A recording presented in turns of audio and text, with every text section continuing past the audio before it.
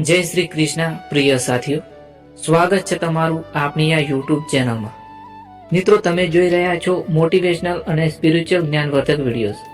મિત્રો, અમે તમારા માટે શ્રી કૃષ્ણનું દિવ્ય જ્ઞાન અને શ્રીમદ ભગવદ્ ગીતાના ઉપદેશો જે જીવનને સાચી દિશા આપવાનું કામ કરે છે તે જ્ઞાન લઈને આવ્યા છીએ. તો આ વિડીયોને ત્યાંથી એન્ડ સુધી નિહાળો અને તમારા જીવનમાં ઉતારવાનો પ્રયત્ન કરો. તો ચાલો આજની આ દિવ્ય યાત્રાની શરૂઆત કરીએ. મિત્રો, ક્યારેક માણસ સૌથી વધારે થાક કામથી નથી લાગતો. થાક લાગે છે આ સમજવાથી કે હું ઠીક નથી. કારણ કે દુનિયાને ઠીક લોકો ગમે છે, તૂટેલા નહીં. અહીં દરેકને મજબૂત દેખાવું છે મિત્રો, અહીં દરેકને સફળ દેખાવું છે, પણ કોઈ નથી પૂછતું કે આ મજબૂતીની અંદર કેટલો ડર છુપાયેલો છે. સમાજ માણસને શીખવે છે કે તું હસતો રહેજે, કારણ કે હસતા ચહેરા વેચાય છે, ઉદાસ ચહેરા નહીં. પણ કોઈ નથી કહેતું કે હસતા હસતા અંદર કંઈ મરી જાય છે, અને એ મરવાનું દુઃખ સૌથી ખતરનાક હોય છે. એ સમયે માણસ ધીમે ધીમે ખુદથી દૂર થવા લાગે છે અને પોતાની જ અવાજ અજાણી લાગે છે. એ પોતાની જ આંખોમાં વિશ્વાસ નથી જોઈ શકતો, અને ત્યારે એ સૌથી ખોટી જગ્યાએ સહારો શોધે છે, લોકોમાં, શબ્દોમાં, વચનોમાં. પણ શબ્દો હંમેશા સાથે નથી રહેતા મિત્રો. વચનો સમય બદલાતા તૂટી જાય છે અને લોકો પોતાનું સુખ જોઈને ચાલ્યા જાય છે. દુઃખમાં સાથ છૂટે છે એટલું દુઃખ નથી. દુઃખ એ વાતનું છે કે દુઃખમાં જ સાચા ચહેરા દેખાય છે. કોઈ તને જોએ છે પણ તને નથી જોતું. કોઈ તને સાંભળે છે પણ તને સમજતું નથી. અને કોઈ તને સલાહ આપે છે જેમ કે તું પ્રશ્ન નથી પરંતુ સમસ્યા હોય. એ સમયે માણસ ચૂપ રહેવાનું પસંદ કરે છે મિત્રો, કારણ કે ચૂપ રહેવામાં ઓછામાં ઓછો ન્યાય નથી થતો. રાત્રે જ્યારે બધું શાંત હોય ત્યારે મન સૌથી વધારે બોલે છે. ત્યારે જૂના દ્રશ્યો આંખોની સામે ફરી ફરીને આવે છે.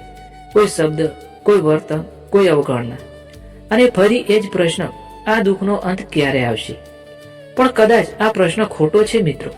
કદાચ સાચો પ્રશ્ન એ નથી કે દુઃખ ક્યારે જશે. સાચો પ્રશ્ન એ છે કે હું આ દુઃખમાંથી શું બનીને બહાર આવીશ. કારણ કે દુઃખ બધાને મળે છે મિત્રો, પણ સમજણ દરેકને નથી મળતી. કોઈ દુઃખથી તૂટી જાય છે, કોઈ દુઃખથી કડવો બની જાય છે, કોઈ દુઃખથી અંદર જાગી જાય છે. જ્યારે માણસ બધું ગુમાવે છે મિત્રો, ત્યારે એને એક સત્ય મળે છે કે જે હતું એ કાયમી ન હતું, અને જે કાયમી છે એ ક્યારે ગયું જ નથી. એ સમયે એને એક હાજરી અનુભવાય છે જે કોઈ દિવસ દેખાતી નથી, પણ હંમેશા તેની સાથે રહી છે. એ હાજરી કોઈ પ્રશ્ન પૂછતી નથી, કોઈ જવાબ માંગતી નથી. એ માત્ર એટલું કરે છે કે તને તૂટી જવા દે છે, પણ નષ્ટ થવા દેતી નથી. જ્યારે તું કહે છે હવે મારી પાસે કશું નથી, ત્યારે અંદરથી એક શાંત અવાજ કહે છે હું છું તારી સાથે. જ્યારે તું કહે છે બધાએ છોડી દીધો છે, ત્યારે એ હાજરી હાથ પકડીને કહે છે હું હજી તારી સાથે છું. એ કોઈ ચમત્કાર નથી કરતી મિત્રો.